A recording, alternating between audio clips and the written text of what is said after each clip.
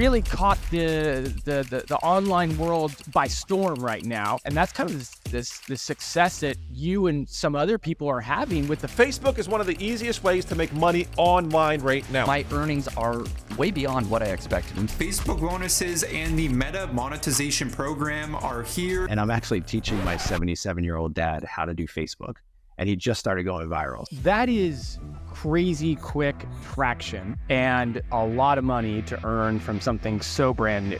So I think my first month, I made about $4,000 from my main Facebook page. By the second month, I think my main page made over $9,000, and my almost brand new page earned like $11,000. What are some tips to try to accelerate their ability to get invited into this program? I found that like testing and measuring and trying different things is probably one of the most important things to do. Are you leaning on VAs or other types of sources to help you with this? I have 2 pages that are completely run by VAs, and the one is the one that made $12,000. How many hours a day should someone realistically carve out? Hour, maybe 2 hours per day. What are some things to look at to get unstuck? Some different things to try to figure out, like, why isn't it working? That's a great question. There's a few things you can do, and one, All right. Welcome back to the Niche Pursuits podcast. My name is Jared Bauman. Today, we are joined by Brian Nagel with Social Buddy. Brian, welcome on board. Yeah, great to be here. Big fan of your podcast. I've been watching and listening for a long time, so I've learned a lot. So I'm hoping I can help share some learnings of mine as well. I can't wait to have you here. I was surprised to learn. I kind of feel like a talk show host right now. It's like a long time listener, first time caller sort of scenario here. Definitely, yeah. I know for you were saying you haven't been on many podcasts before. Really excited to have you today. We're talking about something that is really caught the online world by storm right now, and that's kind of this success that you and some other people are having with the Facebook bonus program. So. I hope you're rolling up your sleeves today, because we could be here for several hours. We'll try to keep it to under an hour, but I'm really excited to have you on board. Yeah, absolutely. Buckle up. It's going to be a good one. Excited to share. So you and I were joking before we hit record, like you have a lot of other online experience before you started dabbling in this program. I mean, catch us up on your history, your backstory, and kind of get us up to the point where we start talking about the Facebook bonus program. Yeah, I guess I'm a little OG. I started my career in 1999, so looking at like 25 years. I don't feel that old, but some days I do. Yeah. But yeah, my brother and I started our first website in 1999, 2000 era. It was a local website called Philly Tonight. It had like where to go, what to do in Philadelphia. We had a local newsletter, like one of your last guests. We had the local thing going. And built it up to a pretty big company for us. Took about like 5-6 years. We got to about $4 million a year in revenue. Wow. And I mean, I've been doing this so long. I've seen a lot of successes, a lot of adversity. First started out with the .com bubble, right? So everybody was getting their websites going, and then all of a sudden they crash. And then we built up our site through all of that. Had some success with the local things. We branched out to all these different cities and turned it into a Cities Tonight, which was like Philly Tonight and Denver Tonight, all these different tonights. And we had some major brands as clients. And then the financial crisis happens, and we lost our biggest client, which was probably $3 million of the $4 million a year. Oh, so that devastated the business. So I'm like, all right, I'm not putting my eggs in that basket, like one basket anymore, So I took some time off. I opened a restaurant and bar. If anybody watching this ever feels like they want to get out of digital marketing and open a restaurant or bar, call me and I'm going to talk you out of it. It's one of the hardest jobs in the world. So I don't recommend it, but I've always loved digital marketing, but that background really helped me in the restaurant and bar industry and made it successful. So I got out of that after 5 years, jumped back into digital marketing, opened an SEO agency, managed clients, started a social media agency called Social Buddy, which is still a little active today. And then COVID hit. So we lost all of our clients when COVID hit for the SEO stuff, most of them, all the local businesses and things like that. Yeah. So we just dove headfirst into niche publishing, like niche website publishing. We had some sites, and then we just used our SEO skills and just grew it to millions of visitors a month for most of the sites. Had a lot of success. And we just kept, dialing in on our strengths, and unfortunately put all of our eggs in the Google basket, and, helpful content hit. So then we got nailed there in September, and, kind of forced us to scale back our team. And then all of a sudden I'm like, I really need to diversify all of our channels. We already started investing a little in social, but not as desperate, I guess you would say. And so finally rolled up my sleeves and jumped in there, and I started figuring out Pinterest and Facebook, and started having a lot of success with it. And kind of where we are now, there's a lot going on. I feel like a lot of people are in the same boat. I'm in all the Facebook groups and the forums. So many people got devastated by helpful content updates. So we're all looking for ways to either we quit and get another job working for someone else, or we try to find ways to save the ship. Hey everyone, Spencer here, founder of the Niche Pursuits podcast. Last year, the traffic to nichepursuits.com more than tripled, with most of those gains coming from Google. In fact, I finally hit the 1 million page views per month milestone. In order to achieve this growth, my team and I publish over 100 articles a month. The final step for each of those articles? We build at least one new internal link to that article using Link Whisper. This helps index it faster and helps it rank better in Google. This also helps us avoid having any orphaned posts in the future. If you want to give your new articles the best chance possible, you need to build a process around internal linking when you publish. It only takes a few seconds with Link Whisper to get suggestions and check the box next to the internal links you want. They are all built automatically once you've made your selections. No need to go into each article, find a relevant sentence, highlight the anchor text, and add the internal link. Link Whisper does all this automatically once you've made your selection. If you want to try out Link Whisper, just head over to linkwhisper.com and use coupon code podcast at checkout in order to get $15 off.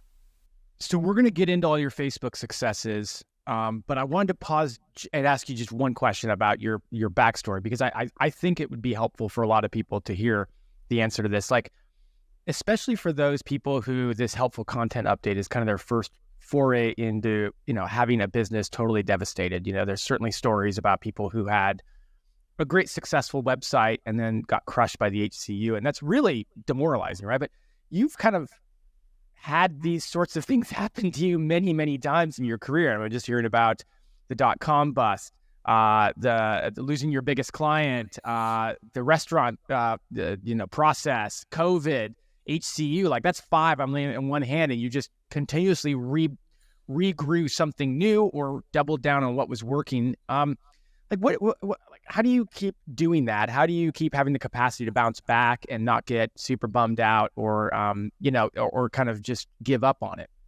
Yeah, that's a great point. Even my parents are like, man, you're really resilient, especially through all this adversity. You've gone through really successful stuff. You've got knocked down. And I think that's the important part. It's like, you, as an entrepreneur, not everything's going to be perfect, and you're going to get hit with, some issues, whether it's legal troubles or, competition, or AI comes out and changes the game, or Google updates. I've seen so many Google updates. I think it's just really important. And for me, when helpful content hit, I got obviously bummed. You're making, like, the business is making like 6 figures a month, and you have all these employees and everything. But you just can't panic. There's always, you don't know what you don't know. And I've found that I've come out stronger after, like, a tragic event, like losing a $3 million client, the .com bubble, Google updates, Instagram updates, whatever it might be. It kind of, you have to change your mentality a little bit to be like, all right, well, there's probably stuff I haven't been doing that now I'm going to be forced to do and check out. And for me, it's just kind of like the stock market. Things go up, they crash a little bit, then they get stronger, a few months later, a year later, if you stick with it and you really care, So I think, don't give up. This is why hopefully some of the stuff you learn here, extra money can come in, help save the ship a little bit, or keep the lights on. And just don't give up. Amen. Love it. Absolutely love it. Let's get into Facebook here. So you have been experimenting with a lot of stuff. Maybe set the stage on what we're talking about today, because I know the Facebook bonus program is, for those of you listening who are kind of new to this, like, it's one of many ways you can get traffic and get earning money from Facebook. And then I'd love to hear just maybe where you're at in terms of the results you're getting right now, just to help set the stage for people so they can kind of get an idea of the scope. Yeah, absolutely. So I think people are familiar with some of the social platforms paying creators. So you have like YouTube is probably the most like knowledgeable for most people. It's like, all right, you post your videos, they have AdSense share. Facebook has a program called the Performance Bonus Program. They also have ways you can earn money from other things like videos on Reels. So if you upload Reels, they run some ads on it, you can make some money out of that. They have in-stream ads.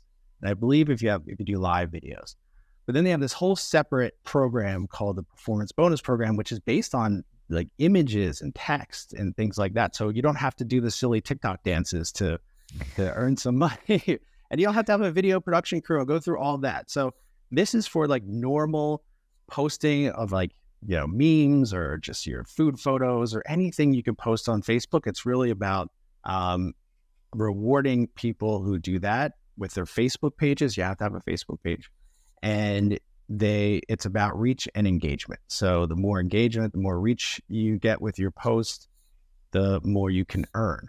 Now, the thing about this, and by the way, again, going back to like, you don't know what you don't know. Like, I didn't know about this program, and apparently it's been going on since like, I saw some screenshots from people I'm friends with, like 2022, they've been doing this, or 2023.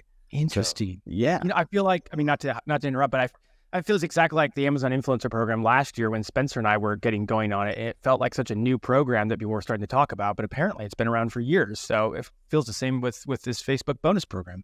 Yeah, until something forces your hand to kind of figure this stuff out. I think it's really important, though. I found it because I'm in some online communities. And I also think I saw someone post on Facebook or maybe even Instagram of like a screenshot of like their bonus earnings. You know, they kind of, hey, here's what I made this month from Facebook. I'm like, what do you mean made from Facebook? I'm like, now it started to click. I was like, okay, there's all these like pages on Facebook that have no links to websites. So they don't look like publishers, like most of us that have a website and, you know, affiliate site, or it's a content site, and you're trying to drive traffic to those sites. I've seen all these like meme pages that look like they're getting tens of thousands of likes and shares. Like, what's their motivation? Like, why?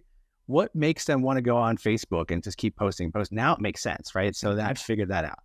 So once you start doing your research, you realize that there's this Facebook bonus program. They're paying pages to just post, but there's a little catch there. You have to meet a criteria to get in, so that you have to be in certain countries, and then there's you have to meet their monetization policies, which they're kind of vague, and then you also you know, they're invited, so you have to get invited to this thing, and the invite criteria is kind of like a mystery box. Like, no one can really explain. If they really, a couple of things like in-stream ads, they have criteria. You have 10,000 followers, you need to have like X amount of millions of views on your videos. Those things are pretty easy to understand. With this performance bonus program, it's like you're not eligible yet, or you haven't been invited. And there used to be a page you could click and say you're interested, but that went away in the last month. But now I know people are randomly getting invited. So we used to think it was like, all right, you had to have 10,000 followers. But then I know people are getting invited to this thing that have 2,000 followers. And, you know, they just started the page 2 weeks ago. And some people have their page for 4 years and have 100,000 followers are not getting invites. So it's kind of all over the place, but I've kind of narrowed it down to a few things to get invited. You have to be very active on it. You have to have some sort of reach and engagement. So if you're just posting every day and maybe once a day, you're probably not going to get invited. But if you're posting multiple times and there's some engagement from your audience, like there's a lot of likes and shares and activity, all of a sudden you'll get this email that says, hey, you've been invited to participate, which is pretty cool. So it took me a little while for my first one to figure it out. And then once I got into the program, I started checking it every day. I'm like, all right, did I earn any money today? Oh, how, you know, this is kind of cool. And then all of a sudden, like one of my posts went viral and I was like, wow, okay, let's see how much I earned on it. And I was shocked. It was like, I think it had like 30,000 shares and likes on the Facebook post. And I looked in it tells you by post how much you can make your top performers. And it was like $1,000 this one post made. Wow. Wow. So then I'm like, all right, then you get the itch. You're like, I want to start posting like crazy, and I'm going to come up with all these ideas. I was already focused on Facebook and trying to drive traffic to my website. But once you can see you can start making some significant dollars, then you're like, okay. So I think my first month, I made about 4,000 from my main Facebook page. At the same time this whole thing started, I realized you can have multiple pages earning in this program. Each one has to get invited. So I went through the same program, started up a second page. I had some other pages that were part of my niche site portfolio. I checked them, they were invited. So I started them up, but I didn't really do a lot of posting on them. But I started new pages, and by the second month, I think my main page made over $9,000. And my almost brand new page started it within 60 days. I got accepted or 30 days, I got accepted in the program. And within 2 months, the first month, I think it earned like $11,000, a brand new Facebook page. So, this is something that whether you have a page that's been around for years and a niche site, you can spark that up and get it going and start making some money if you get invited to this thing, or you can just start a brand new page. You don't even have to have a website, by the way. So that's kind of the most amazing thing. You can just start a page right now. So that is crazy quick traction and a lot of money to earn from something so brand new. And so that's why this is such an enticing topic to have you talk about. Like, cat's out of the bag on that one. This is really interesting.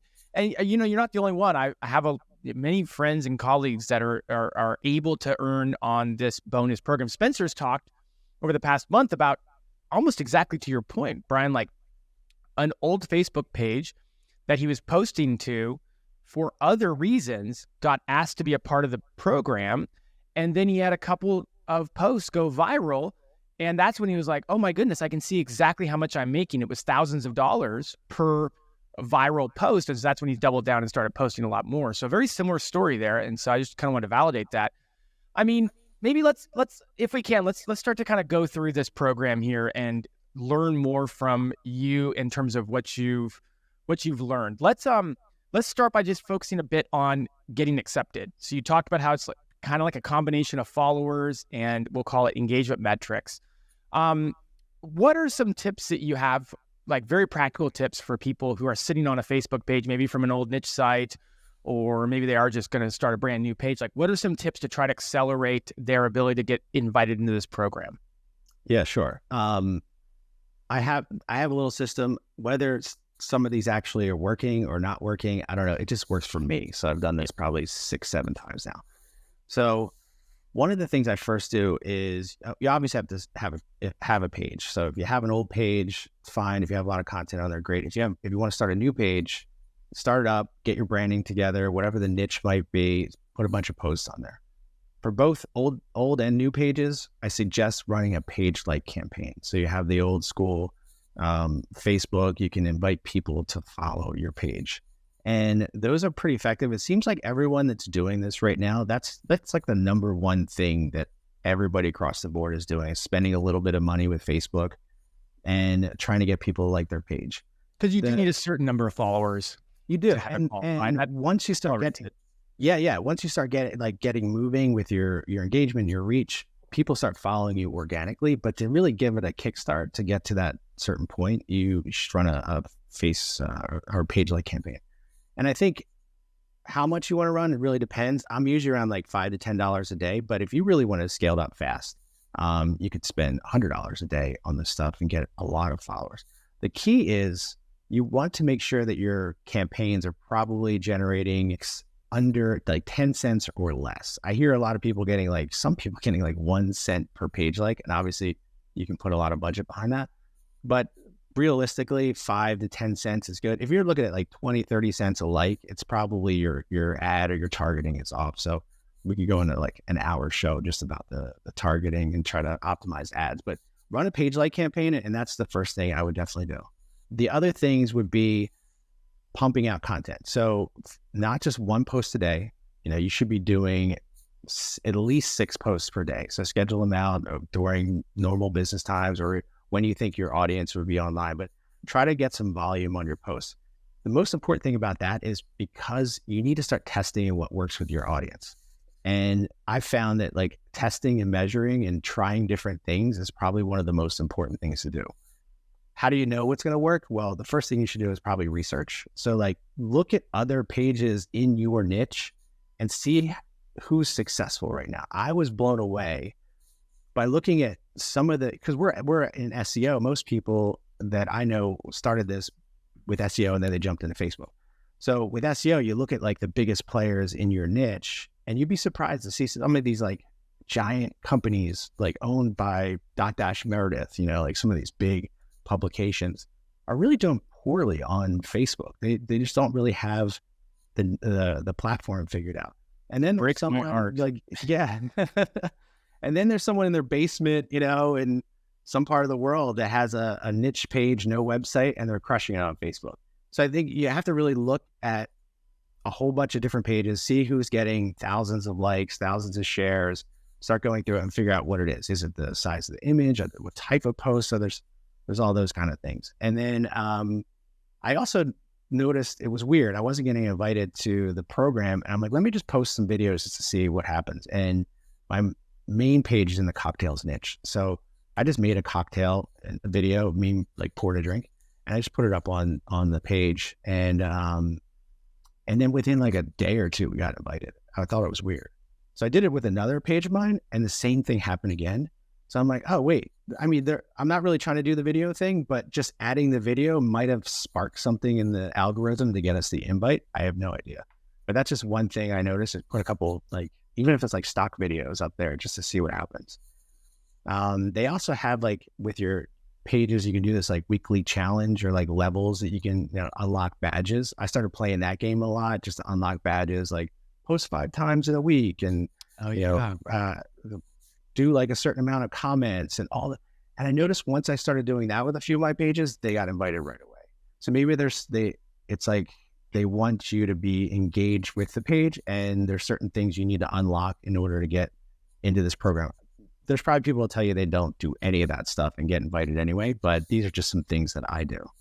So, well, I'm glad you're sharing. Like, I'm glad you're sharing it, and people can, take it for what it's worth. Like, Brian's on here; he's gotten a bunch of pages accepted, and he's just sharing things he's done. Doesn't necessarily mean they're causal or corollary, but these are things you've done that have kind of created some traction for you. Absolutely, yeah. So let's see. Got to have a page. Got to have a certain number of page likes or followers. 2 questions there. If I could ask about that. There's likes and there's followers. Is there a difference, and does it matter? And then when it comes to creating a campaign to generate likes, are you concerned at all with any targeting? I know you said you could do an entire hour podcast on that.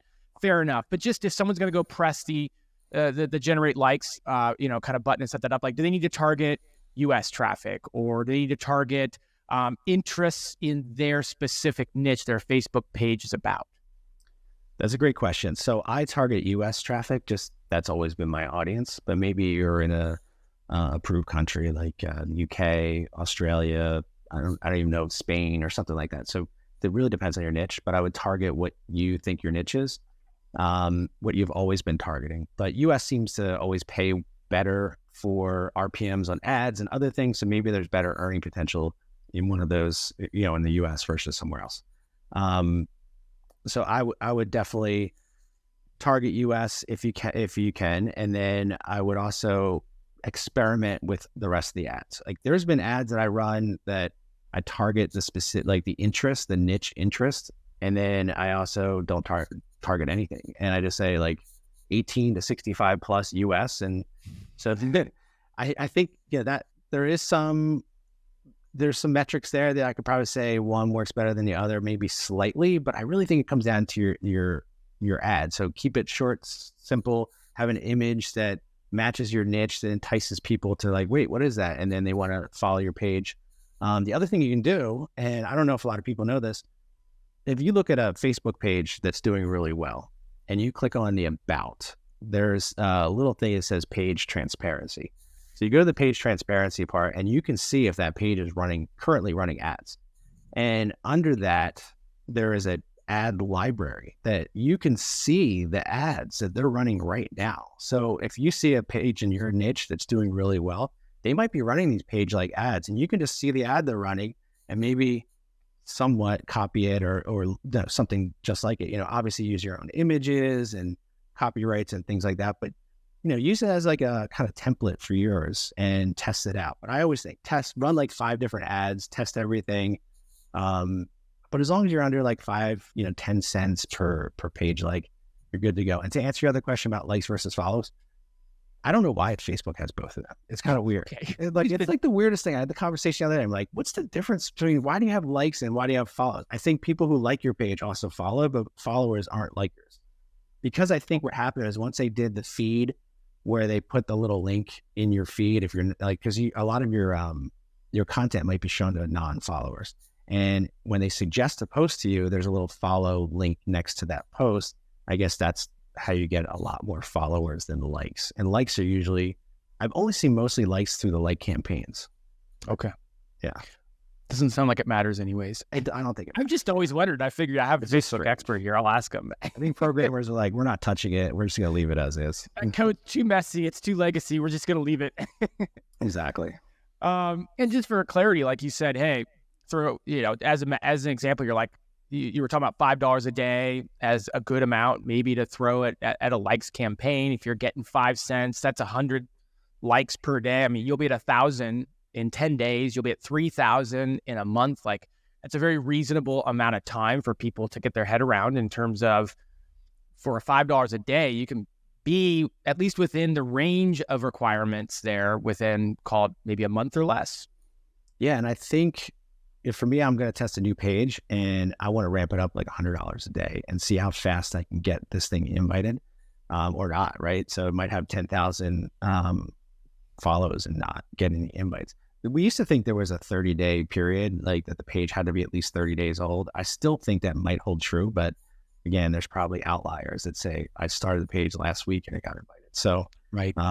So no matter what you're doing, I around like 3 to 5 and around that 10,000 mark somewhere, you'll get the invite if you're doing all the stuff we're talking about today. Well, let's talk about the second component of it, which is engagement. And I guess my first question on engagement is, it feels like niche selection is really important here. You talked about the Dotdash Meredith sites, the type of content they post, not getting nearly as much engagement, but how much of engagement is dependent on picking a niche that actually has the potential for virality for the type of stuff that will work well on this bonus program? I think there's two ways to look at it. There's two types of people that might be interested in doing this. The first type of person is someone who already has a website. They have a niche. So your niche is basically already decided for you if you want to help your current business. So obviously, if you're in the weddings niche or the food blogger niche, stay in your lane and focus on that. It really, I think it does help to have like an affinity group that really likes something all the time, all year round. I have a wedding website that we were working on for a long time, affiliate content, things like that. I have not done a Facebook page for that. I just don't know if it's the right niche for Facebook. It is amazing on Pinterest. It does extremely well on Pinterest. But I don't know if there's an audience that is really into weddings all year round, except for like wedding planners and things like that. But most of the time for like weddings, people are searching for what are the best fall wedding colors, right? And so they're planning a wedding. They're probably in that mode right now. I don't know if it's someone you would target on Facebook to have a Facebook follower for a while for the wedding niche. I haven't tested or even researched, and I should, the financial niches. So how is like Dotdash Meredith, like they have Investopedia and there's like NerdWallet and the Points Guys and like those type of websites. I wonder if they might be doing it well on Facebook. Maybe not. Maybe it's something that people want financial information or tips and things like that. But I find that the food niche is incredible. So if you're a food blogger, the Facebook niche is great for you. We have cocktail websites, so those do really well. I have a fishing website. It was an affiliate site. My dad and I started like 10 years ago. And I'm actually teaching my 77-year-old dad how to do Facebook. And he just started going viral. So I taught him everything. He's doing it. And his pages are getting like tens of thousands of likes on each post now. So it can work across a lot of niches. I think like most of the niches, if you already got into like affiliate marketing or niche websites, publishing, you probably already have it figured out. Do you ever get stuck in your business and wish you had someone you could turn to for solutions? Well, I think you should consider joining the Niche Pursuits community. You'll get weekly calls with experts on growing a successful online business, and you'll also get assigned a small mastermind group where you can solve your business problems as well as share your wins. For a limited time, I'll let you try out the Niche Pursuits community for just $1. Go ahead and use coupon code PODCAST at checkout in order to get your first month for just $1. Again, that's coupon code PODCAST. Go to community.nichepursuits.com today and see what it's all about. And maybe I'll see you on our call next week. Thanks a lot. Yeah, I'm trying to think same examples. Like if you were in like a tax website, like maybe that wouldn't go very viral, but at the same time, like you said, until you test it, who knows? And I think your point about doing some research is a good one. Like, you can go out there and see if there are other Facebook pages that are successful in your niche, and go and try to, undo some of the things that they're doing well. Let's talk about the content. Like what type of content should people be posting? You're saying, got to post a lot. I think you said 6 times a day from my notes. That's a good range to be in. That's a lot of content. A lot of people listening are in the SEO headspace. 6 posts a day. I think there's a big transition that has to happen from SEO to Facebook in terms of your mindset and your approach. But walk through what that content looks like, what that production schedule looks like. Any tips you can share along that line? Yeah, absolutely. I'm going to relate this at first to the cocktail blog that I have. So when we were doing SEO, it was all about roundups. And roundups did the best in Google search. They also had higher RPM. So we were very focused on like, what are the top 10 pineapple vodka cocktails? And then we would list out the top 10 cocktails. For us, that doesn't resonate as well with our audience on Facebook. I mean, we'll put that out there, get some likes and comments and stuff like that. But we found that the individual recipes of those cocktails themselves do extremely well, especially if they're like crazy ingredients or weird names.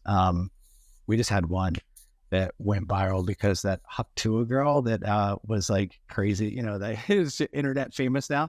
So everybody in the world knows her. During that whole thing, when I saw it like ramping up a little bit, I talked to one of our bartenders. We have actual bartenders that make these drinks. So my business partner is a bartender. He owns a bar. So he made a drink called the Haktua, whatever. It had like a banana and some cream of coconut and some other things, pineapple juice, all this stuff. And it was pretty funny. So we posted that, and that got like 100,000 shares within like 4 days. It was crazy. Oh my gosh. Yeah. So it went completely viral.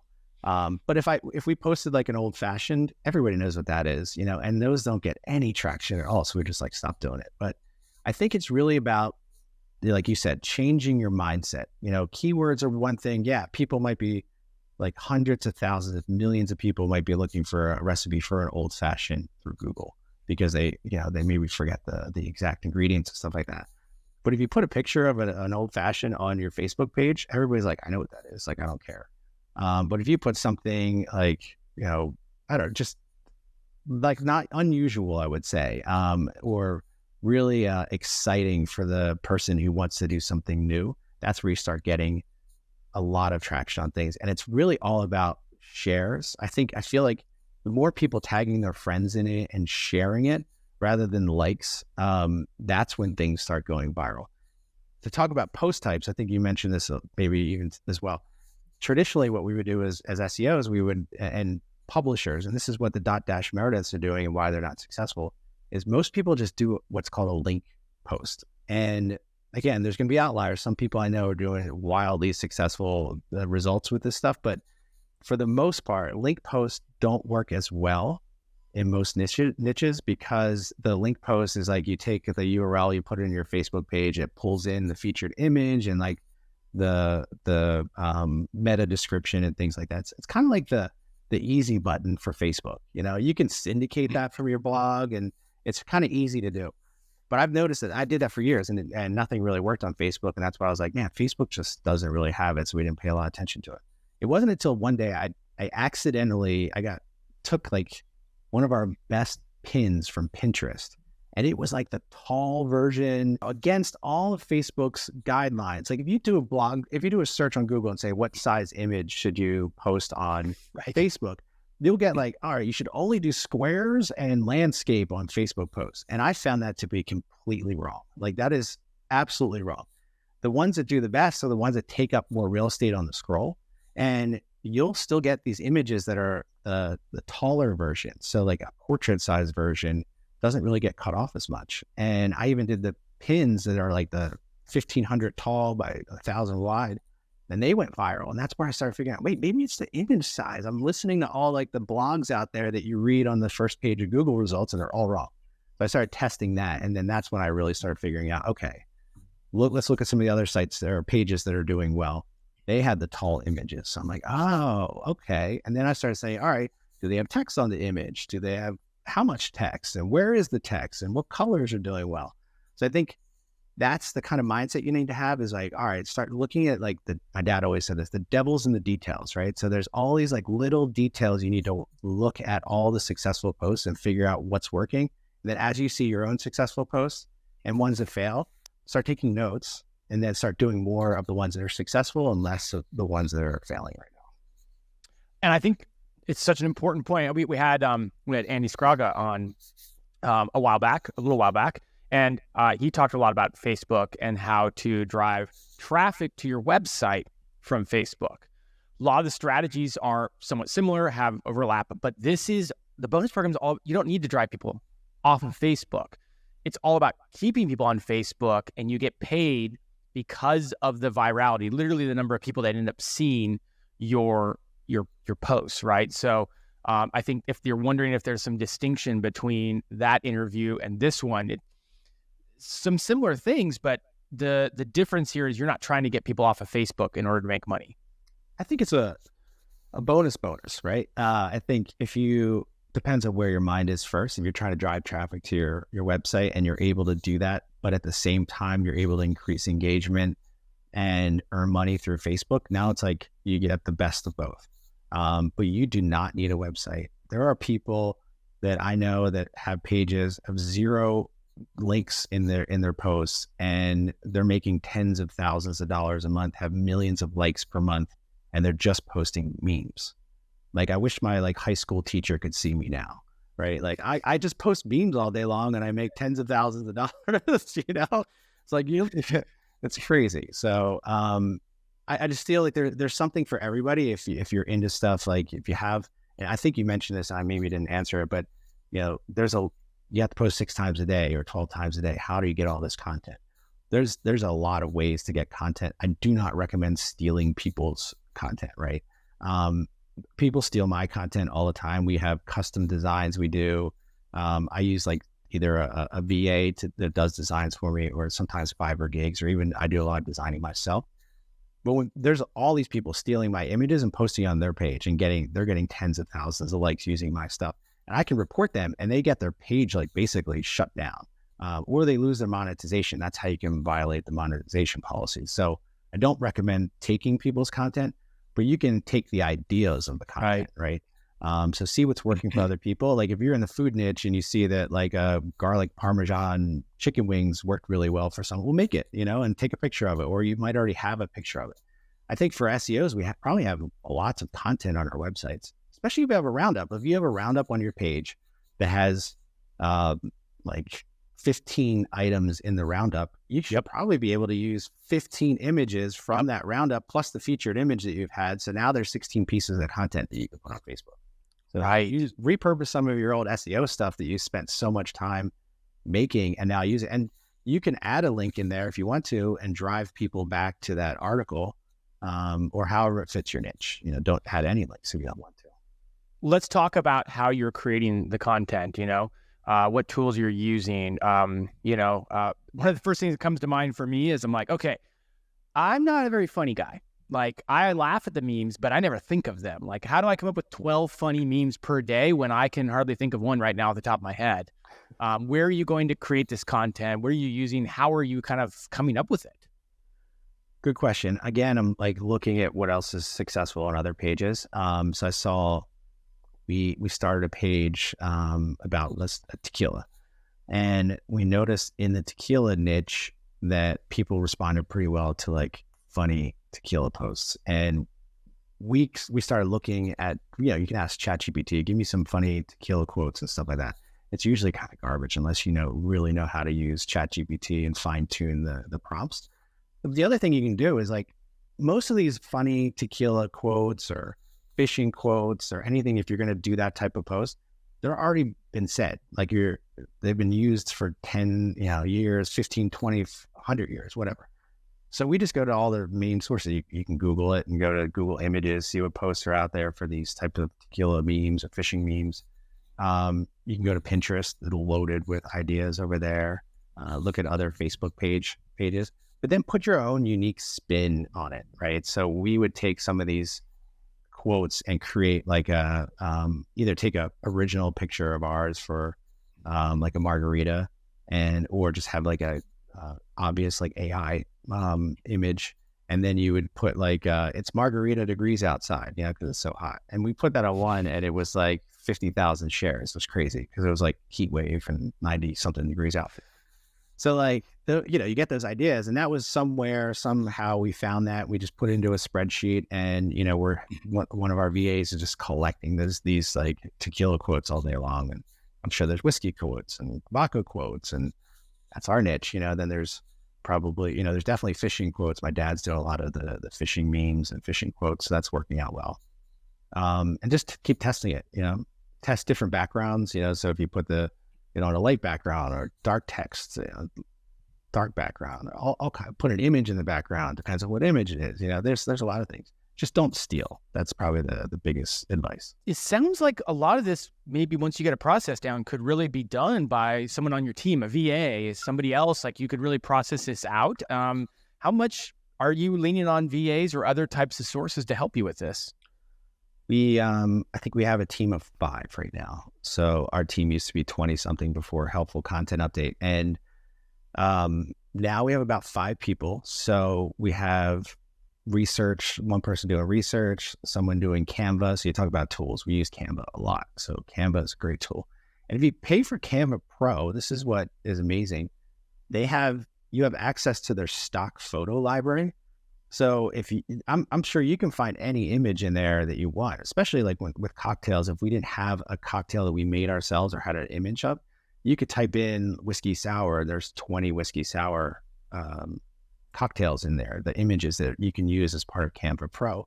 Pull it right into your image editor, put the name, the text, whatever you want on there, and then just boom, put it right to Facebook. Canva is a great tool for that. So VAs, yeah, I think what's important is, if you're familiar with working with VAs or training anyone, and you're the subject matter expert, like me, I figured this Facebook thing out. How can I train a VA how to do this? And it's been a painful process, especially because VAs are not in the US. They're based in the Philippines for me.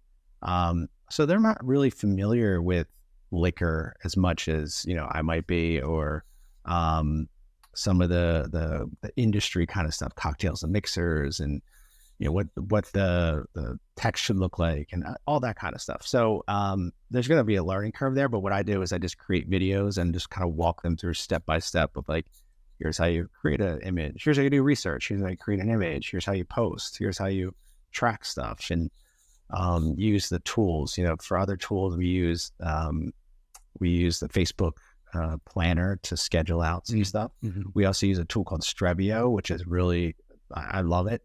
It has intelligence, so you can load in all the competitor pages and see what their most popular stuff is over the last month, year, whatever. It shows you all the data, and you can even schedule there. The other big thing is they allow you to do a comment, the first comments when you post. We like putting the link in the first comment. I heard Andy talking about this on your show too. I find that is getting. We used to put it in the caption, and we're like, oh, I think Facebook throttles down your reach if you're putting too many links in there, or put a link in the caption. Your reach and your engagement's lower. But we find that putting the link in the first comment doesn't really have a negative effect on it, and we see a lot of traction with that. So VAs are only going to be probably 80% as good as you are on things, but at least if you can teach them the systems and process. And the most important thing is devil's in the details. Give them constant feedback. Always watch their work and make sure that you're just managing it properly. But yeah, I have 2 pages that are completely run by VAs, and the one is the one that made $12,000 or $11,000 in a month. Let's say someone dives into this and puts a little money toward the page likes, posts 6 to 12 times a day, does their research, looks into what works, looks at Pinterest, looks at Google Images, looks at other Facebook pages, puts together 6 to 12 posts per day, many of them memes, many of them maybe referencing individual posts or individual things on their website. let's say after a month or two, they haven't been invited yet to the bonus program.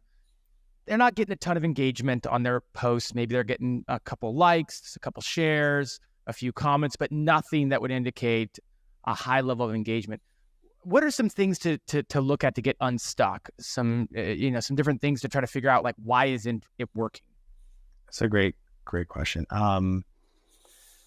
There's a few things you can do, and one, and again, it's correlation, right? So I've had pages that aren't doing what I thought they would be doing, and I look back at my processes. I'm like, oh shit, I left one thing out. There's like this one thing, or something I didn't think was a part of the process that actually ended up being a part of the process. Why did this page not work well? I was engaging with some of my audience, right? So when people would comment or ask questions, I would just go in and like their comments, or I'm just posting and checking things. I'm commenting back. I think you need to still engage. You need to spend a little bit of time and engage with your audience, just to show Facebook you're not just like posting and not contributing to the community. So that might help. The other thing that I find is rather powerful for me, that again, people are probably saying, I don't do this at all, but I found my fishing page was doing okay, and it wasn't really taking off. It already got accepted in the program, but the engagement just wasn't there. And I was like, man, this thing should be doing much better than it is. Again, my dad was running it, so I didn't want to like just jump in, but he went on vacation last week, and I had to kind of take over a little bit for him while he's away. And I realized that I didn't teach him that for everybody that reacts to your posts, you can invite those people to follow your page. I don't know if you've seen that before, but on the Meta has like the business.facebook.com. If you go to that, it's the Meta suite. And if you can manage your page from there, and you can see all your stuff. So you have your ads, you can get from there, your inbox, your comments, all that stuff. But there's a little thing on the homepage of that if you scroll down, it's like you can invite your personal friends to follow your page, or you can invite people who have engaged with your content. And there's a limit of about 1,000 per day. But I've done this religiously every day on my most successful pages, where I just go in and I click, invite. And you can invite up to 1,000 people per day. And it sends out everyone an invite saying, I don't know what the actual language is, but it sends them something, says you reacted with this page, or you did something, follow them. And I feel like you get some followers back, but it increases the engagement somehow. And that's what happened with the fishing page. We started doing that, and there's two ways to do it. There's one that it's like an easy way to do it, which if you're not doing it at all, do this. There's another way. You go to individual posts. You can invite people by just tapping. I don't know. I tried both, and they both seemed to work, but my fishing page took off. I started doing it 5 days in a row. And on the 5th day, one of our posts got 10,000 likes. And then the next day, 20,000 on a different post. So I was like, what the heck is going on here? And that's the only thing I did different. So I don't know. I think just being involved, just really taking advantage of everything with the Facebook page. It's not like SEO where you get an article up there and then you move on to the next one. You don't have to worry about that article for a year to update it or so. You need to be involved. It's a lot more time consuming. There's a lot more work involved. But if you can train a VA how to just do your likes every day for you, which I have, then you don't have to worry about it. How many hours a day should someone realistically carve out? I'll say per page. Let's assume people are going after, one page. What does this look like on a daily basis? Because it does sound, to your point, you got to, this isn't set and forget. This does involve daily posting, daily interaction. You could schedule those posts out, but you got to create the post. There's some daily interactions you just talked about that will help. What kind of time, whether it's per day, per week, should people kind of anticipate landing on, both with themselves or maybe if they want to use a VA? Yeah, I think in the beginning, you're going to spend a lot of time on it just because you're learning. So you need to spend time on it, figure out, does this work? Does that work? And constantly be involved. Right now, if I just had my one page and I was only spending time on that, I think I could spend an hour, maybe 2 hours. I really wanted to load up a calendar of stuff per day. So that's it. An hour a day and it'd be fine. Okay, good. That's a great benchmark. Totally makes sense. First month, whatever it is, it's going to take you a while to figure it out. But that's with everything in life, right? Exactly.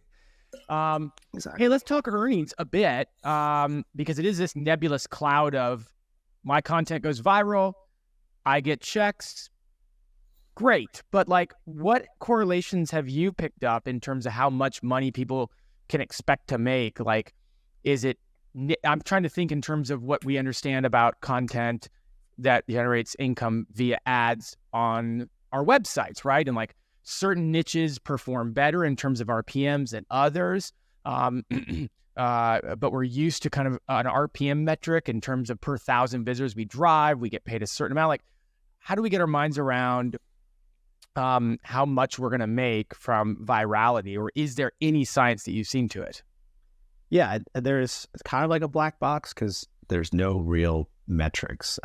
You do get to see how much you've earned. You can see how much their top performing posts are earning.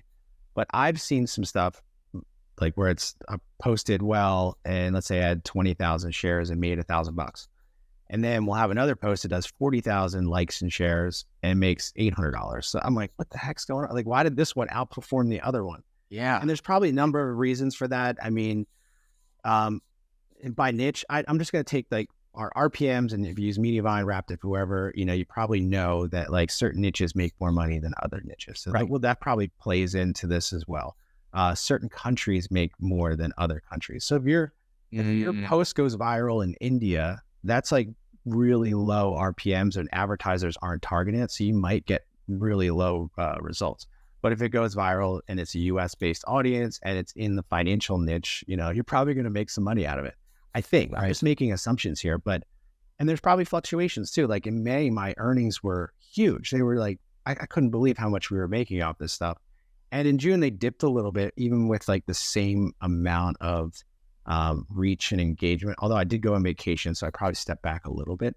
But then now in July, they're a little lower because same thing happens with like Mediavine and ad rates and stuff like that. Like the first month of the quarter is usually low, and then July is also the first month of the second half of the year, and advertising budgets get squashed in the first couple of weeks while they try to retune their budgets and all that stuff. So I'm just thinking that like it's following kind of the same pattern, like May, June are high, and then July is going to be low, and then fourth quarter, hopefully everything's really high like it was last year. So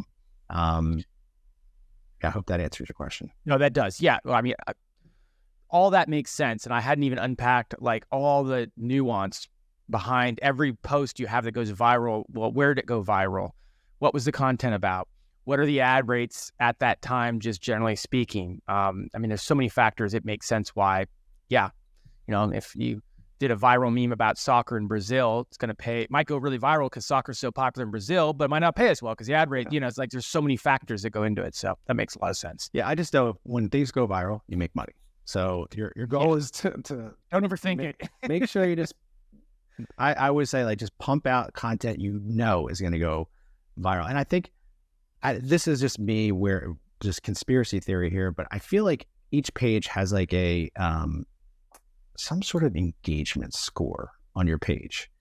If you're constantly putting out low quality content just to put out content, I feel like Facebook knows it. It kind of related to your old authority score on SEO, right? Yep. So if your quality score is low, like you're probably not going to get a lot of reach, and they're going to show you to a small batch of people, and that's it. It's going to kind of die out.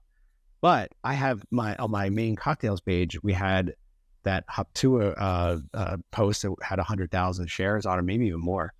And since then, the momentum's been so high that anytime I post anything, it's getting like 1,000 likes and shares almost. Like almost the majority of the stuff is going viral of some point. But like if your trust score, your engagement score, whatever it is high because you put out great content that resonates with your audience and they engage with it a lot, then you're constantly going to get these viral aspects to, Maybe starting to wrap things up here. Like, what can you do beyond the bonus program with a page like this? Have you done more with any of the pages that you've created that are a part of the bonus program? And we touched on a bit earlier, like you don't need to drive people off of Facebook for this concept to work, but how could this layer into other areas that you can generate income and drive traffic with this concept playing out properly? Yeah, it's a great question. So a few things. One, I'm also concentrating on trying to grow my newsletters. So it's interesting. I found like a little just hack that when people scroll over you in your page name in the feed, there's a button that I think most people know, there's like a call to action button you can put on your Facebook page.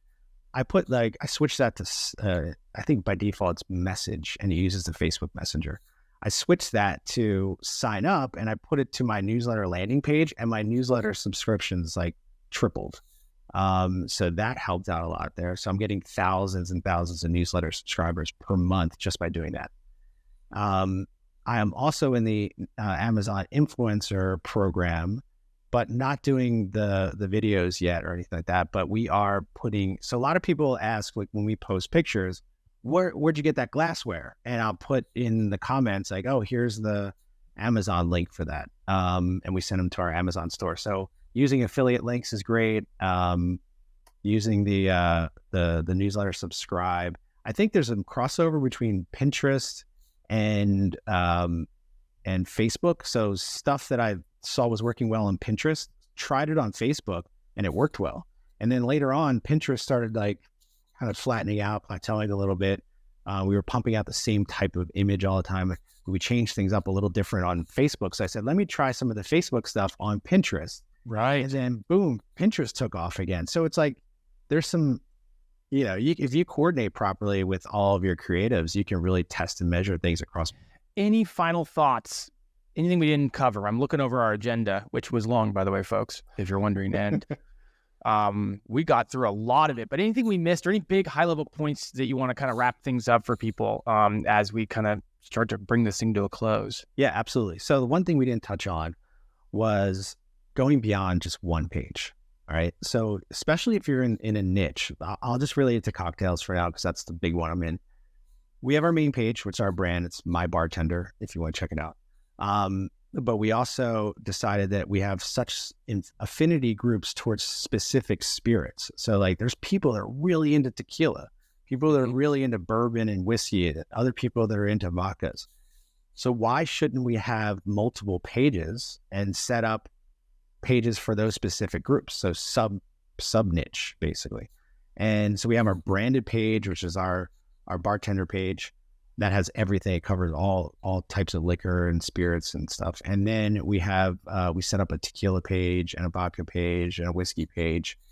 And those are doing extremely well. And we're generating bonus income on that, but we're also layering in links to our main website. It's not the primary focus of those. Those are more set up for the bonus program, but we do sneak in some, posts to try to drive traffic to my bartender site.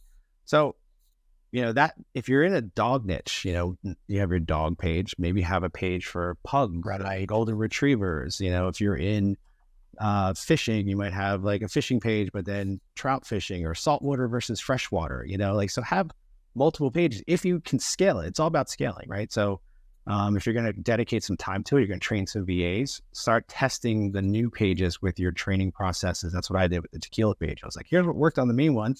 Can we do this with a tequila page? And it worked just as good or even better because it was a small niche group. Makes total sense. I mean, that's a tried and true strategy a lot of people will be familiar with from website creation, Yeah. But it sounds a lot harder on websites and a lot easier to get that sort of scale here. Yeah. Brian, where can people kind of follow along with what you're doing as it relates to the bonus program? Maybe learn more, what do you have for people to be able to take advantage of? Yeah. So I have a website called socialbuddy.com, and I have a lot of like Facebook tips, Instagram stuff going on there. You can check it out. It was my agency website years ago. We got out of the agency world. But we just launched a course to train people on how to do this Facebook stuff. Basically, I took all of my training materials and everything I do to teach my VAs and wrapped it up into an accessible course step by step on how to do all the stuff we're doing here. So you'll be able to access that if you go to socialbuddy.com. Okay, very good. We'll include a link to that in the show notes.